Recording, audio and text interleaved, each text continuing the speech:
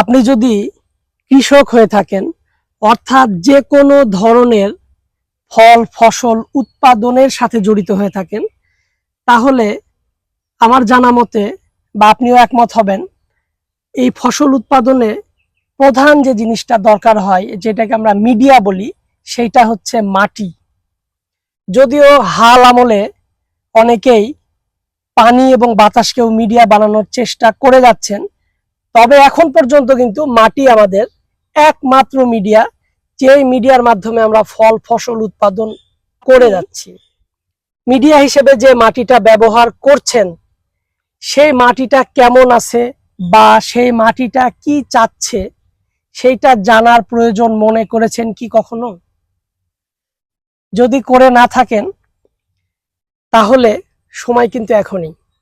এই মাটি পরীক্ষার বিষয়টা এতদিন জটিলতা থাকলেও, দীর্ঘমেয়াদী প্রসেসের মধ্যে দিয়ে যেতে হলেও, ইদানিং একেবারে হাতের নাগালে উপজেলা সদরে এইভাবে 2 মিনিটে মাটি পরীক্ষার একটা বিশেষ যন্ত্র, আমরা এই যন্ত্রটা দিয়ে সার্ভিস দিয়ে যাচ্ছি। আপনারা যে কেউ খুব সহজে আপনার জমির মাটি তুলে এনেও পরীক্ষা করতে পারেন, অথবা আমাদেরকে খবর দিলে যে কোনো ব্লকে যে কোনো জমিতে আমরা কিন্তু এই সহজলভ্য জিনিসটা এবং সহজে বহনযোগ্য এই জিনিসটা নিয়ে আপনার জমিতে উপস্থিত হয়ে আপনার জমির মাটি কি চাচ্ছে সেটা সহজেই নির্ণয় করে দিতে পারি।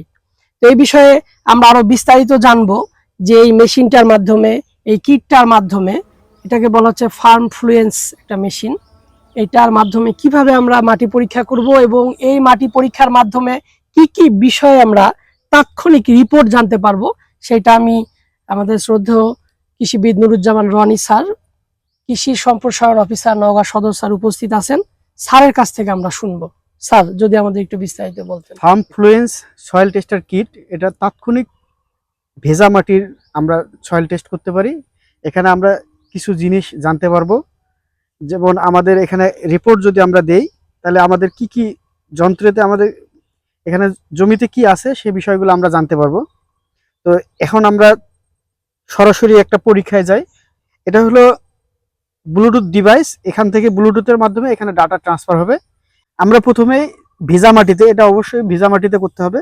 আমরা এভাবে মেশিনটা ঢুকাই দেওয়ার পরে এখানে আমরা কানেক্টিং দিব ডিভাইসের সাথে। হ্যাঁ, কানেক্ট হয়ে গেছে।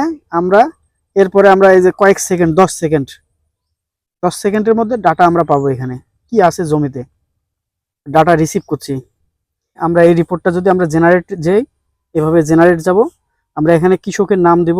প্রথমে কৃষক হলো আমাদের লিটন, তার জমির পরিমাণ হলো 1 একর।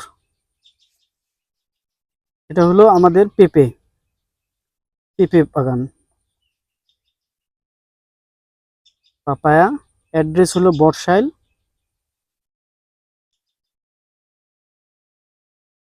আমরা এখন এটাকে নেক্সট যাব।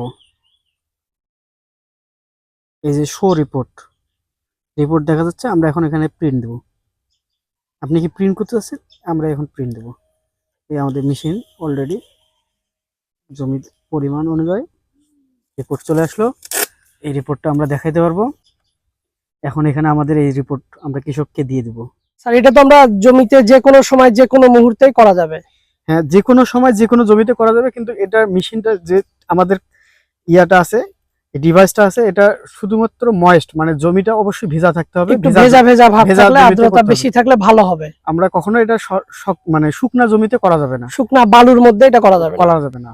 এটা অনেকের ধারণা স্যার যে আমরা বছরে হয়তো নির্দিষ্ট সময়ে শুধু মাটি পরীক্ষা করবো, এমনটা তো না।